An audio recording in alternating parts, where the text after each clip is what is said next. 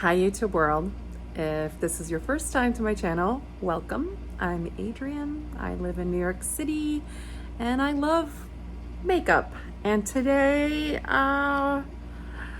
is a really warm day in New York. So I've sort of hunkered down in my bedroom to try to organize a bit. And I just wanted to give myself a break and thought, oh, maybe it'd be a good idea to go through my eyeshadow palettes and declutter and organize. And as I started to bring out the amount of eyeshadow palettes I have, I realized, oh boy, something took a terrible turn this year, and it has manifested into an ungodly amount of eyeshadow palettes, many of which I have not even touched. It's been a particularly tough year for me. I lost my father, and definitely there was some retail therapy going on here. So I'm feeling much better. I feel like my grief period is taking a new turn for the better. I don't feel like this is really a good response to, how I felt about my dad and how I feel about things in general. And so I'm going to attempt to do a declutter. I think I'm hesitating because I did buy these things and I did want to use a lot of them. I just won't get around to it. I have to be honest. And some items are older and do I even have a desire to revisit them? So I think this is going to be a long one. It might come in two parts. I'm like shaking a little bit, mainly because I don't like this. I don't like seeing this. It's like I don't even recognize myself in it. So anyhow, hopefully you all can go on the ride with me and help me do this declutter. I'm going to try to figure out how best to situate the camera because it's a little awkward, but and I'll talk about the palettes because I do like talking about them. I'm not even sure how to organize them. Let me show you all what we're dealing with. So here are all the palettes. There's one in this pretty large bin here, and they're all strewn about. Sorry for the lighting. It's sort of a hybrid between a lamp light, an overhead light, and some natural light coming in on the left. But a lot of these palettes are probably very familiar to you. Maybe the first thing to do is I'm gonna do a quick count, and I don't even know if I can handle a count. But yes, maybe I will do a quick count and then break them out into brands, which might be kind of an easier way to wrap my head around this.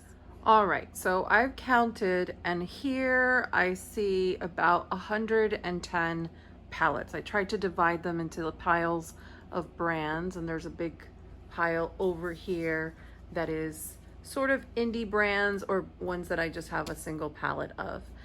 Probably would be easier to start with some of the brands we're all, I think, pretty familiar with and just make some quick decisions.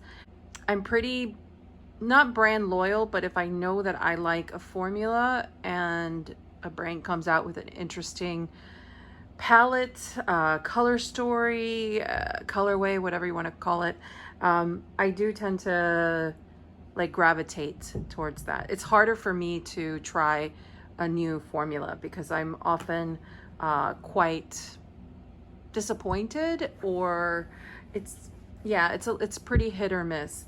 But I did do some of that this year in terms of like trying new indie brands, and I will do a video on indie brands that really impressed me that I think are completely worth kind of veering from the common. So let's just get started, probably with items there's absolutely no way I'm getting rid of just yet, and that is my Natasha Denona collection. I have created quite a collection. A lot of her palettes went on sale at different points throughout the year, and I amassed a lot. Most recently I picked up the gold palette, which was in stock again on her site finally, and I haven't played around with it too much, but it's really beautiful. It's very chocolatey, neutral, has some lovely sparkles, so I can't wait to play with this. But you know, Natasha Denona formula for me is one of the best formulas. So when I compare, you know, what I have to this formula, I just kind of have to remember the color stories I have, because I would much prefer to use, you know, my Natasha Denona. Why not? But so I have the gold palette, I have the glam palette, I have the Zendo palette, I have the Lila palette. This one's also fairly new and went on sale this year. This one's much more rosy with some pops of pink and purple, but there are a lot of, you know, browns and overlapping shades, but I really love her formula. So this is sort of my collection of palettes. Of the larger palettes too, I have the Sunset palettes, and of the smaller or the mid-size, I have again the Glam, the Zendo, the Pastel palette, Sunrise palette, Retro palette, Bronze palette, and the Love palette. And I think of all of them, believe it or not, I've used the Love palette more than any other, but a lot of these are pretty new to my collection, and so I will be enjoying them more before I decide, like, maybe there's a color story that actually isn't for me. So these are all keepers. Also, as part of my Natasha Denona collection, I have quite a few of her sort of travel size minis, and some are the larger kind of 5-pan palettes. These were from BoxyCharm. I actually purchased them off of somebody on Poshmark, but this one's really pretty. It's kind of very similar to the Glam palette, neutral. This one is, if you like the Urban Decay Heat palette, this is a kind of a sophisticated mini version of that. Really like that. And this one has just some really pretty colors, and I love this navy. It's really unique and pretty. And so I have those, as well as the mini Tropic, which you see I've loved, is well loved. Also the gold, I believe, yes, the mini gold palette, the mini Love palette, the mini Zendo, and then this one is the mini Retro. There are a few others of these. I have my Ion, I have my Ion the Star. So I do love them because they're just so easy to travel and throw into a bag and know that you have some fun, great quality shadows. Next up, because they're right in front of me, are my two NARS palettes. I don't know a lot about NARS as a formula. I haven't had too many palettes in the past, but this by far is my favorite color story of theirs. It yields such beautiful looks. I did a video on it. It was one of my favorite palettes of last year. It is the Climax palette. I've seen this at Nordstrom Rack on sale still. This one here is one that I picked up recently on NARS's website, and it's a little hard to open. This palette here, it's another little one. It was part of the collection dedicated to his mother, Francois NARS's mother, Claudette, and it was a mini collection that was so sweet. It had this palette, which has some really pretty kind of a brown, a brick, a burgundy, and some gorgeous shimmer shades that pair well, and you can get some, you know, 3 solid distinct eye looks from it, and it's very convenient. Same formula as the other palette in terms of like quality. I've been very happy with it, and it's something I wanted since its release, and I waited patiently for a very long time to get it. I got this and the cheek palette, as well as a lipstick from the collection, because NARS was having a sale, and I really love this product above all. And so yeah, this is that one. So that's it for my NARS, and I really do enjoy them, and they're staying. Two palettes that I picked up recently that I've also been enjoying is this little naked mini palette. It is in Naked, it's Naked Foxy. It's the Camouflage one from Urban Decay. It doesn't look like much, but it really actually is quite beautiful. It is fairly neutral leading, and the shimmers are really, really gorgeous. I really like the eye looks I've created. I want to do a video of recent purchase at Sephora, and this is going to make it in there, and I'll do a full face and a try on, but it's really pretty. Another one I picked up is the Wild West. I had wanted this palette since I saw it, and it finally went on some super deal. I had to buy it. I had to buy it. I have not touched it yet, but I just think, number one, it's like the most beautiful packaging, snakeskin packaging, imagery. It's so pretty, and I love the color story. It's just this neutral with pops of teal, and yeah, it's right up my alley, and I don't care what anyone says. I wanted it, I got it, I love it. I can't wait to use it. It just reminds me of the Southwest and kind of New Mexico vibes, and yes, I had to have it. So I'm going to use this and enjoy it. Another palette I recently picked up and I've actually been using, not sure why it's still in its package because I've used it. I had decluttered this palette quite some time ago and I just missed it, and I picked up a fresh one, and it's the Too Faced Sweet Peach palette. I am not somebody who loves scents in their cosmetics, but this one for some reason gets me every time I open this package. I just love it.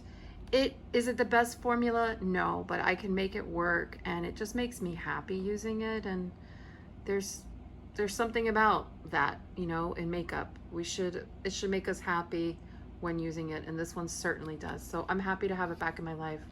I'm not getting rid of it anytime soon. Let's try to get rid of some palettes now, instead of just talking about everything we love. I have a couple here that I think I'm ready to part with. One is by Profusion. It's this one, Desert Sage. I created such beautiful looks with this palette. I really like it, and I like it for its inspiration. It's great quality for drugstore, absolutely. I highly recommend it. But the packaging is quite bulky, and the shades, some of the metallic shades are a little hard to work with.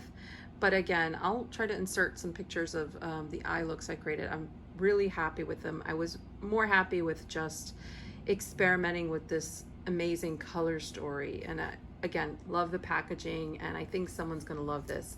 But in my collection, it's just gonna get lost. Another one that might shock folks is the Michaela and Glamlight collab. This was the first time I ever tried Glamlight as a brand.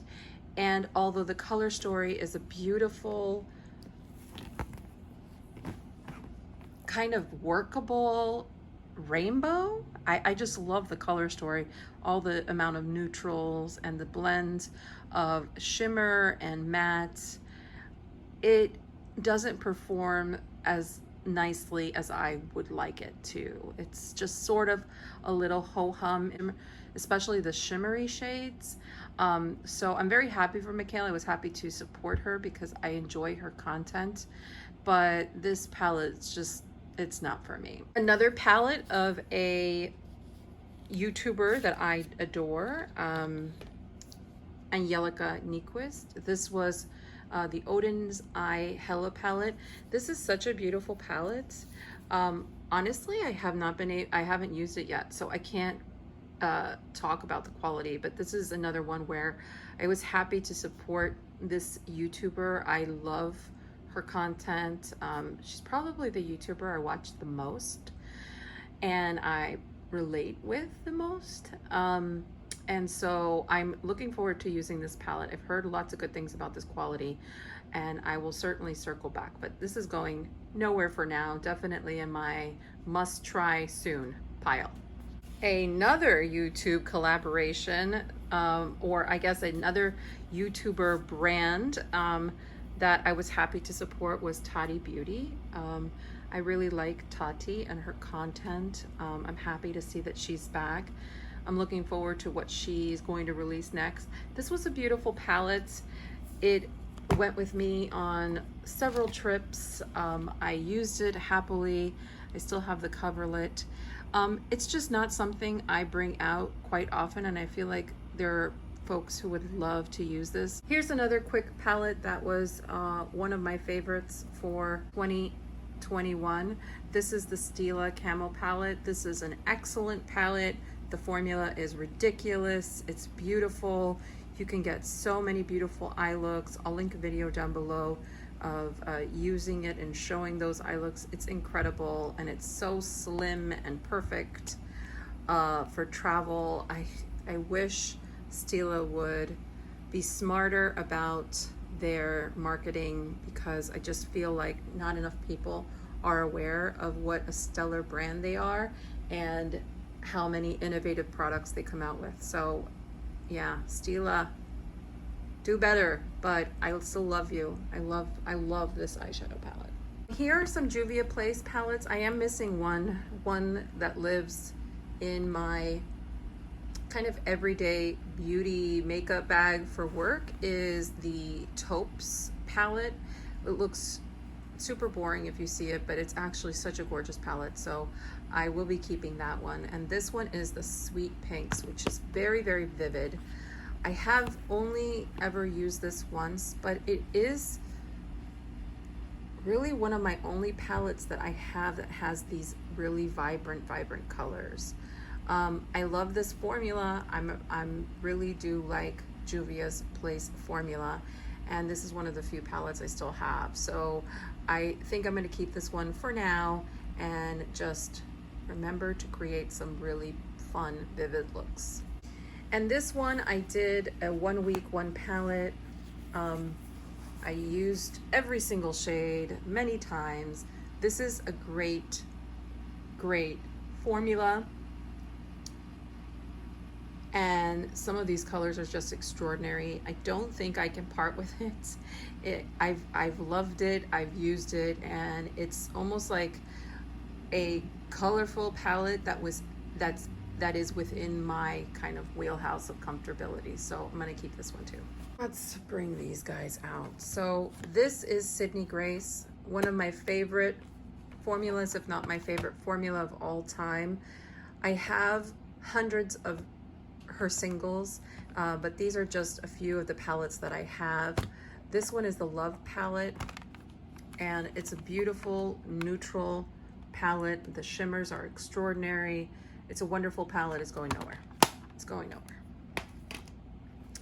This is the Tiny Marvels palette, which was the collab with Mel Thompson, which I am so sad about her passing, but I think about this artwork, I think about this, and I'm just so happy I have it, and I know how much love she put into it. And this is the palette here, and by the way, this really does have a lot of the same colors as the new Anastasia palette, and so yeah, I think I'll whip this out more and play around with it, but I have used it quite a few times, and it is the same wonderful formulation of Sydney Grace that I love.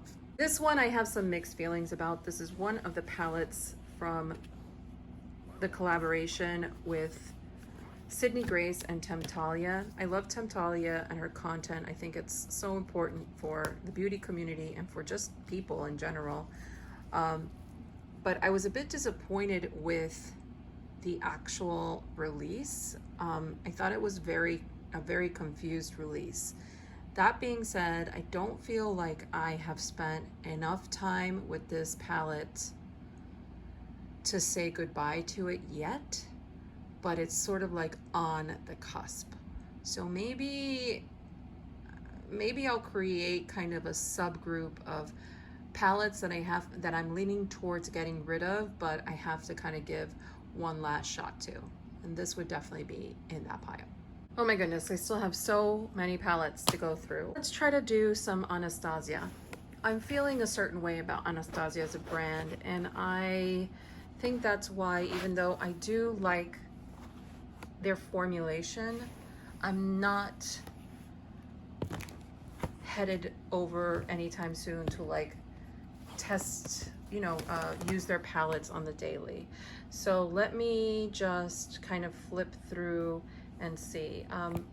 This Carly Bible one, I actually used this and I did a whole video on it. I liked it, but it wasn't phenomenal, and I think I can part with it. The Riviera palette, I've gone back and forth with this one on decluttering it. There are some shades that are really beautiful. There's a hot pink similar to the Juvia's Place, but I would prefer the Juvia's Place. There are some other pretty metallics, but truthfully, I think this one can go. Here is the Sultry palette. I don't think I've really used this one. It's very pretty, but I have the Natasha Denona Glam palette, and I feel like a lot of shades in that palette are here, and I'm more likely to travel and use that palette. So I think I can let this one go. Here is the Norvina palette. Again, one that I have barely touched in all my time of having it. I am attracted to the story though. It has some pretty pinks, and so this one I think I'm gonna put in that last shot pile. I want to use it. I want to play with it. Yeah, so this one is gonna go in that pile. This one I've been playing with recently. I can certainly make a lot of colors work. It is one of the original formulas. It's quite pretty. I can do a full face with this, use this color as blush, use this in my eyebrows. Color story to me is still fairly iconic. That being said, I feel like this has been in my collection for, gosh, forever. I mean, like, this is looking quite sad, as you could see. It's well loved, and I feel like this one can actually probably go in the trash. I don't think I would feel comfortable even sanitizing this and donating it. This one is one I know I haven't used. It is the Amrezy palette. It was a palette where they added one additional shade across, and it looks like it would be just so pretty and sparkly, but really I just haven't touched it in this long. Am I really going to? Probably not. I think it's meant for a better home. Last but not least is the palette with Jackie Aina. This one here is really beautiful. I love some of the deep colors. I feel like this with the Norvina palette would be a really pretty companion sort of palette, so I want to keep using this. I'm gonna pair it with the Norvina palette and play around with it, maybe give myself a couple of weeks just using this. It also has some really pretty pinks, so yeah, we're gonna play around with this one, but this one is probably my favorite of the bunch and is going nowhere, but I am gonna put it in the try it one more time, but only to complement the Norvina palette. Here are a couple of palettes that I just picked up. I haven't played around with enough. I've never really adored Viseyard before, but I figured I need to give it a really good shot, and these are the color stories that I have gravitated to the most. Well, this one actually is probably their most famous color story, is the Petite Mattes Neutral, and it's, the mini version of it. I've already used it a couple of times. Looks kind of basic, but I feel like this could be a wonderful palette to just have in your bag all the time. It's so small and convenient, but I want to see if the hype makes sense and if it makes sense for me. So this is that palette. This one, the color story just, it got me. This is one of their petite palettes too, in Paris Etoile. And when you open it, it just has this beautiful plum, blue, gray color story, and I had to have it. And I feel like it's a very sultry look, and I played around with it a few times.